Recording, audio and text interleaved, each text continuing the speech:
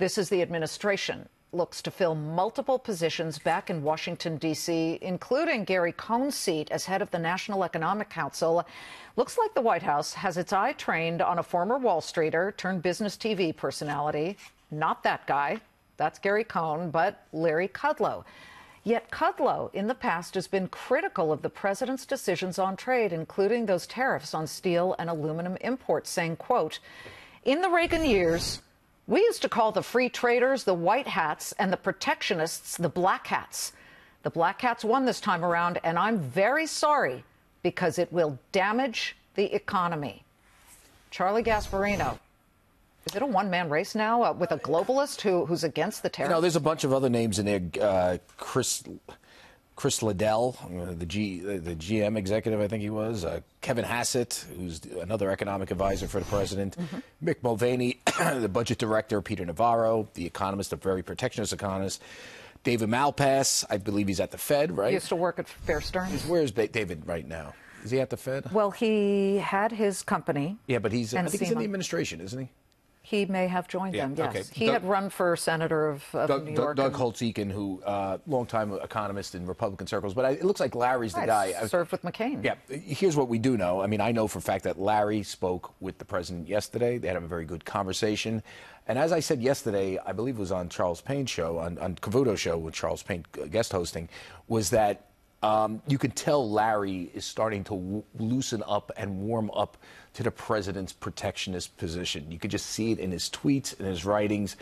And it's somewhat baffling. He obviously wants the job. He's soft pedaling a lot of the tariff stuff where he's saying, well, we can, maybe, it looks like these tariffs are not so onerous. He's telling friends that, it looks like Trump is backing away from the onerous levels of the tariffs. And what are friends telling him? Friends are telling him, be careful with this job. And a lot of friends are telling him not to take it. And the reason why is this, that Larry doesn't know Trump very well. And Donald Trump is not a lineal thinker. He's a circular thinker, and a lot of it's instinct, and it's at the moment, and it's not well thought out. So he may be saying, it changes. Yeah, he may say it's okay, Larry, if you have a differing opinion on tariffs right now, but he may change his mind in a week from now, and that could make for a humiliating sort of exit. Listen, Rex Tillerson was kind of humiliated today. Let's be clear. You could see that. He came right out and said, "Hey, I just found out at noon." Through a tweet.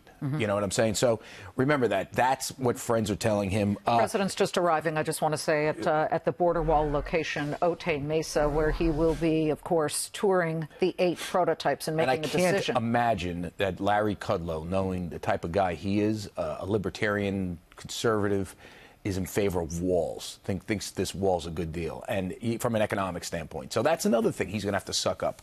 So friends are saying be prepared to suck up a lot if you want to do this. Larry's thinking, I know Larry really well. Larry battled alcohol and drug addiction. He is an amazing guy.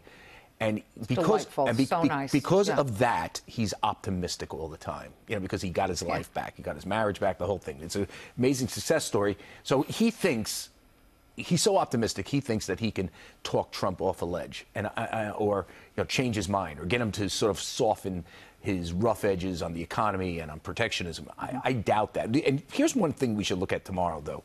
There's that PA race, right? The Pennsylvania runoff, right? Tonight. Connor Lamb, the Democrat, versus Rick Saccone, the Republican. The Democrats picked that up. A lot of people are thinking that they're trying to time maybe putting Larry out there tomorrow, naming the national security NEC chief, Larry the NEC chief, or whoever, although it looks like it's Larry right now, tomorrow to sort of one-up the headline on this, because this is going to be pretty bad. If the Republicans lose this seat, a lot of people are saying that foreshadows losing the House. What happens if they lose the House? Well, guess what? Donald Trump is going to be roasted just about every day by Democrats who control all these investigative committees. That is going to make his life. If you think Robert Mueller is bad, these Democratic guys and their staff that run these committees with their subpoena power are going to be toasting him on a daily basis. And, Larry Kudlow should understand that if he's going in there, that there's a chance that he's going into the lines there. Because, listen, I covered the Washington Wall Street nexus for a long time.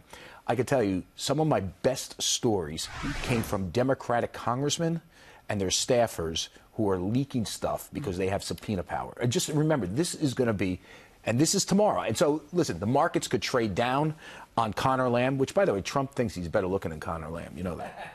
Did he say that? He actually said that. He said he's better looking than Conor. Why do you think the market is now at session lows? Well, The new one's down 181 I think they're looking, points. some of it is this race, because it foreshadows Democrats taking control of these committees and more unrest. So look for this. Conor Lamb wins, negative for the market. Larry Kudlow gets appointed NEC chief, definitely a positive for the market.